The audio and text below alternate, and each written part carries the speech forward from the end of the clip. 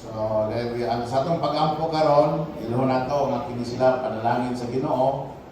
Ilho na to nga ang Ginoo may tagias ng kinabuhi, and that we are entrusting God, no? For their lives. Nakita po mga parents, mag-ampo po ta tagaan ta sa Ginoong kaalam kaligdong, dumala sila, magatiman sila, labi na sa responsibility, no, nga mapaduol nato sila sa Ginoo. And we will ask God's hand to be upon them, panalitan sila sa Ginoo sa mga dautan sa kadaot, and dili maglampos ang dautan sa pagguba silang kinabuhi, pinanggiya, nagasa sa may panlaw, sa kanunay, and then magsugod. No, ini panahon na sugod karon nga ang ilang mga lakang dadon sa Ginoo, giyahan sa Ginoo ngadto sa kalampusan o kalambuan ng kadaugan. So let's pray. Oops. When we are praying, close your eyes and then stop talking, ha? Ay, isa. Close your eyes. Put your hands together. We'll pray. Okay, let's pray. Amahan mong langit nun, ining kabuntagon. Daghang salamat sa imuha nga mga panalangin. Labi na Ginoo, makining panalangin, nagtagaan mo kami, ining mga kabataan. Dinhiin sa Resurrection Baptist Christian School of Tagalog.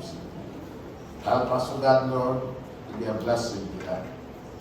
Nagamiton mo kami ang mahal Ginoo na mo abang sa umol kanila na mga himong malampuson, mabungahon, kung gabaw sa tanan Ginoo, matarong ng mga kabataan.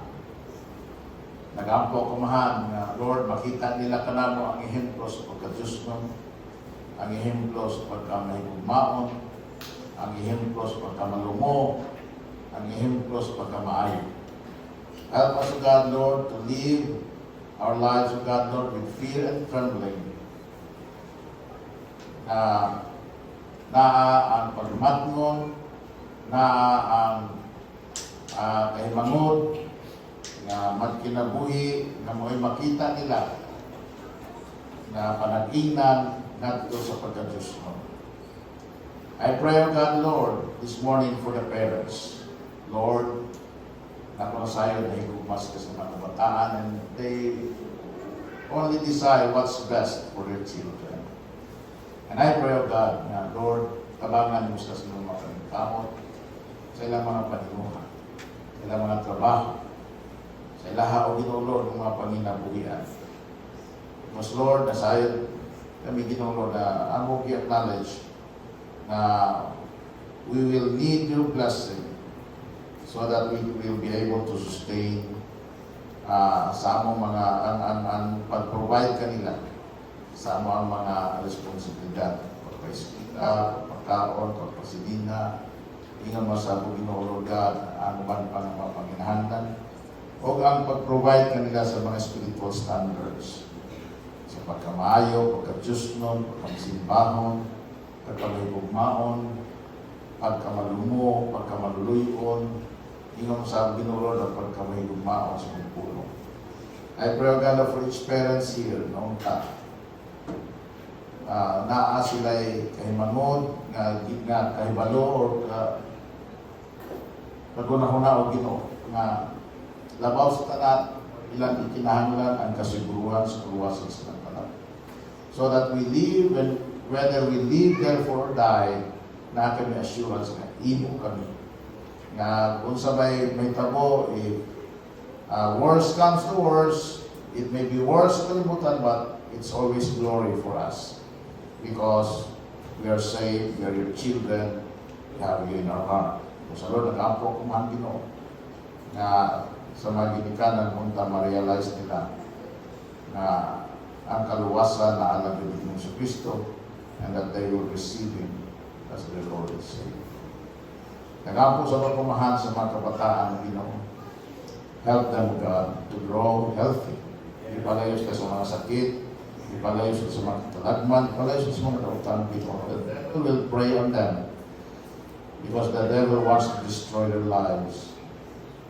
Devil does not want them to achieve, to become victorious, to become successful. And Lord, ako nag-ampo mahal, Ginoo, masimong klasik sa mong kaluoy. Protect them, O God. Please do protect them, O Lord.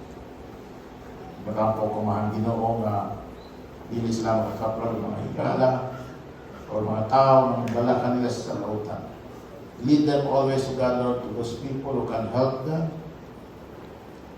spiritually, and who can help them achieve their goals in ang buhay ng mga. Lord, ako nag-apumat, tudloan ng mga bataan na may gugma kanimo, makaila kanimo, maglakaw diha kanimo. Ang taon niya sa panahon na makaila na sila ng Ginoong Kristo. Magawa sa sila ng Ginoong Kristo ngayon manlulugas.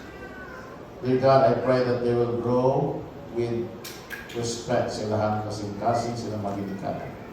That they will always honor them. That they will always listen to them. That they will always, O God, Lord, follow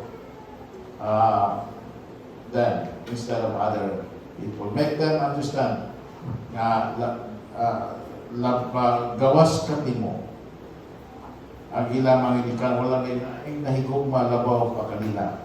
O di lang ilang makinikanan. And O God, Lord, I pray that they will always have that confidence. Silang kinabuhi na musalig sa gugma o concern o kahangawa sila maginikanan. I pray and ask for your protection, for your presence, for your preservation, O God, Lord.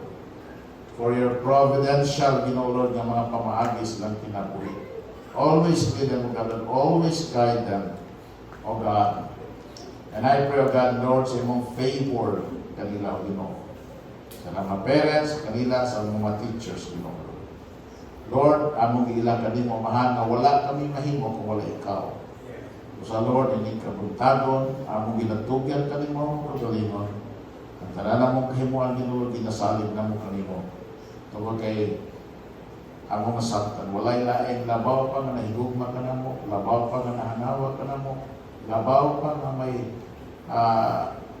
tinuha sa among kalampusan ng kadaugan, labaw pa nga makapanalipot ka na mo, labaw pa nga makapanalangin, makaprovide ka na mo. Ikaw lamang ngayon, O Ginoo, Jesus. Lord God, nakakana ka muna sa mga kasing-kasing, nakakana ka muna sa pumahuna. Ining kabuntagon, Ginoo, Lord, dawatan mong pagsalig ka rin. Amo ikaw ang isaligan. O kini, Ginoo, Lord, pinaagi lamang ngayon sa imuhang bugtong, hindi gugma, pinalagang anak si Ginoong Kristo, na among Diyos, ang manluwas sa mong kinabuhi. Amen, Lord. Amen. Amen. Amen. God bless you today.